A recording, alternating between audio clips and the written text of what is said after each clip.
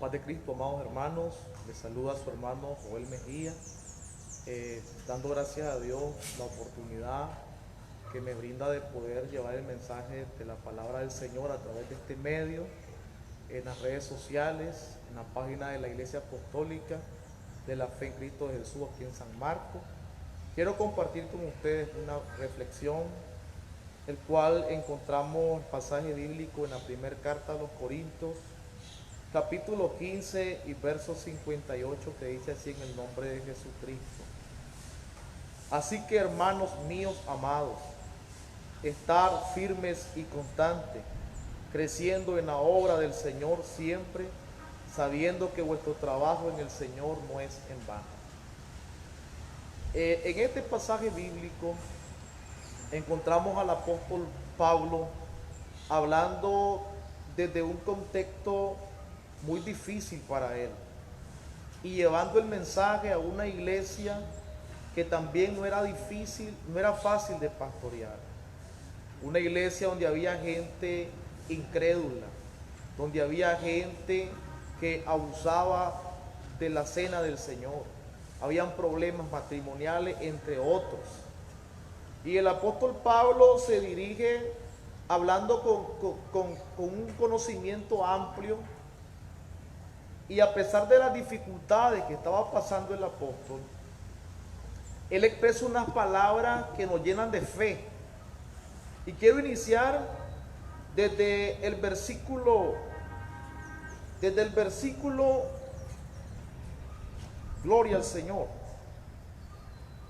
desde unos versículos antes. Y encontramos en este pasaje bíblico que el apóstol Pablo nos hace un enfoque de la fe. Nos habla de que nuestro trabajo no es en vano. Nos habla también de las promesas que hay en las Escrituras acerca de nosotros, los hijos de Dios. Nos habla de la resurrección de Jesucristo y pone como ejemplo las Escrituras.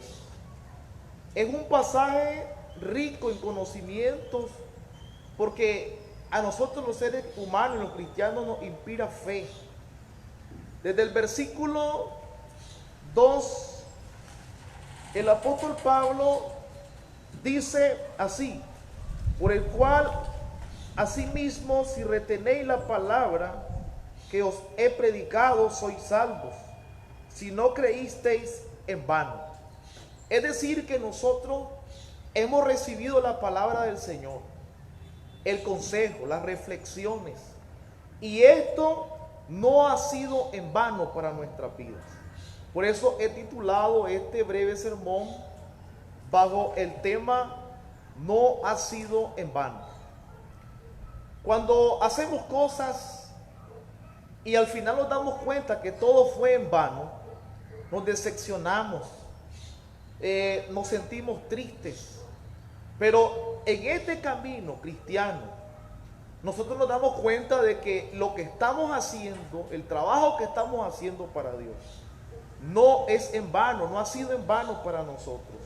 Por eso el apóstol Pablo inicia así, diciendo que si nosotros retenemos la palabra que se ha predicado, seremos salvos a través de Jesucristo.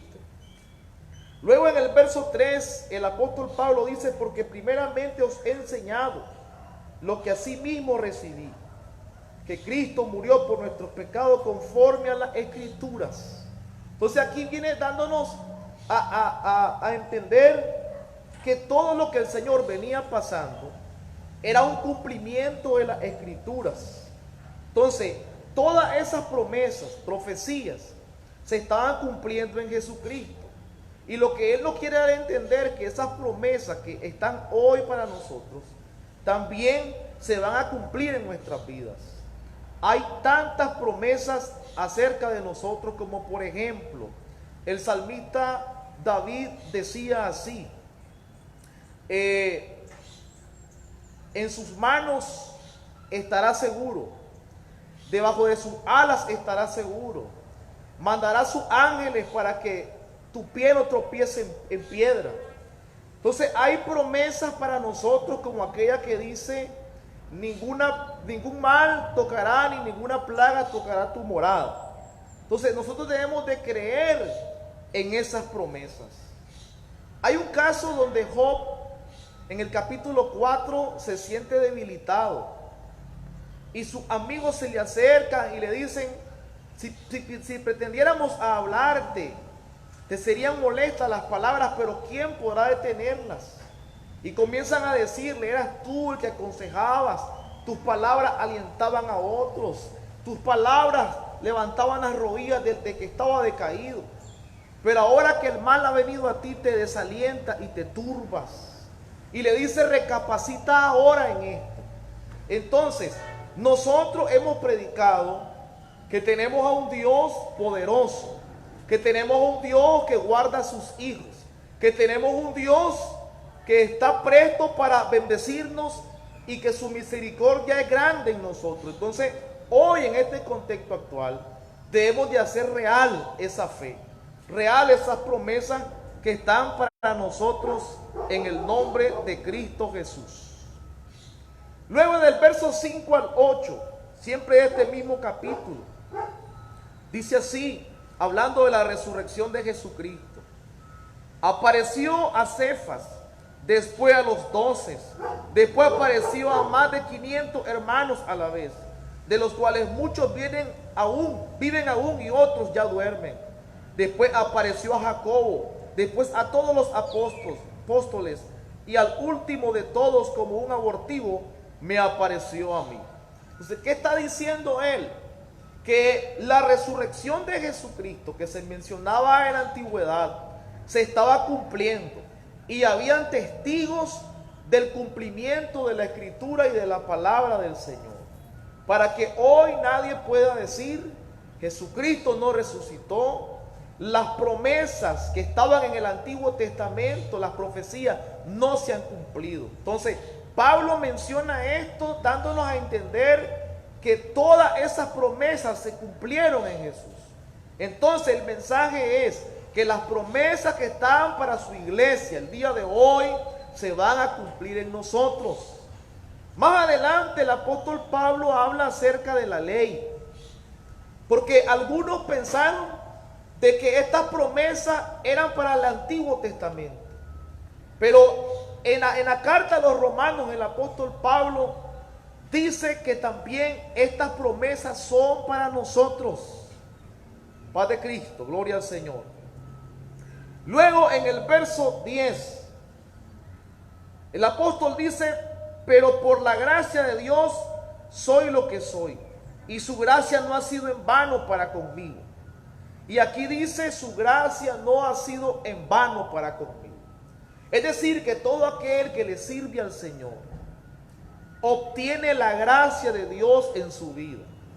No es en vano todo el esfuerzo que hacemos, todo el trabajo que hacemos, servirle a Dios, entregar nuestras vidas a Él, no ha sido en vano, porque la misericordia de Dios aún está en nosotros. Y quiero que a través de este mensaje entendamos y seamos realistas.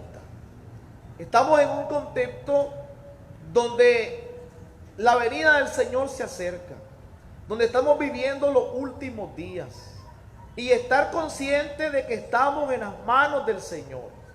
Y este mismo hombre dijo, para mí el vivir es Cristo y el morir es ganancia. Sea que vivamos o que muramos, del Señor somos. Entonces, comprender de que estamos en las manos de Dios y que Dios va a guardar nuestras vidas, que el Señor nos va a dar su protección. Dice la Biblia que el ángel de Jehová acampa alrededor de los que le temen y los defiende. Pero para esto debe de crecer nuestra fe, debe de crecer esa fe en Dios, de que nosotros dependemos de Él y que Él nos va a guardar. Por eso es que el texto aquí también dice, porque si Cristo no resucitó, en el verso 14, entonces vana sería nuestra predicación y vana sería vuestra fe. Es decir, que si no creemos en las promesas del Señor, no estamos haciendo absolutamente nada en este camino cristiano. Debemos de creer en el Señor, tener fe en que Él, así como dio su vida en la cruz, así como llevó las enfermedades en la cruz, así también la está dando hoy en día por nosotros. Y luego este hombre comienza a hablar acerca de la muerte y acerca de la resurrección, como dándonos a entender que nuestro máximo enemigo, porque en el verso 26 presenta a la muerte como el máximo enemigo. La muerte pudiera llegar a nuestras vidas, y eso es lo que predicamos a diario, que debemos de estar preparados, ya sea para la venida del Señor o para partir de esta vida a un lugar mejor. Entonces la muerte es nuestro enemigo, pero recordemos que el Señor venció a esa muerte, y Él mismo le pregunta: ¿dónde está, oh muerte, tu aguijón, oh sepulcro, tu victoria? Cristo nos ha dado la victoria, y Él es el que ha vencido la muerte, y si Él venció, también nosotros vamos a vencer. Y si llegamos a morir algún día, nosotros debemos estar conscientes de que un día Cristo nos va a resucitar del polvo de donde estemos para irnos con Él para siempre. Y al final dice la Biblia que el Señor lanzará a la muerte y al Hades al lago de fuego. Es ahí nuestra victoria. Entonces, hermanos, debemos de confiar en el Señor. Y este hombre concluye dándonos unos consejos. En el versículo 33 dice: no erréis. Las malas conversaciones corrompen las buenas costumbres. Estamos viviendo tiempos donde hay muchas corrientes teológicas, corrientes filosóficas, gente metiéndonos en pánico, gente diciéndonos cosas, pero nosotros debemos de creer en el Señor. Por eso el apóstol Pablo dice: no erréis. Gloria a Dios. Además de esto, en el verso 34 dice: velad debidamente y no pequéis, porque algunos no conocen a Dios. Para vergüenza vuestra lo digo. Entonces nos manda a que nosotros estemos velando y no pequemos, que perseveremos hasta el fin. Es el momento donde debemos de buscar más la presencia de Dios, donde debemos de estar cerca cada día del Señor Jesucristo. Muchas personas se están enfermando, pero se están enfocando más en la enfermedad que en la oración y en la palabra del Señor.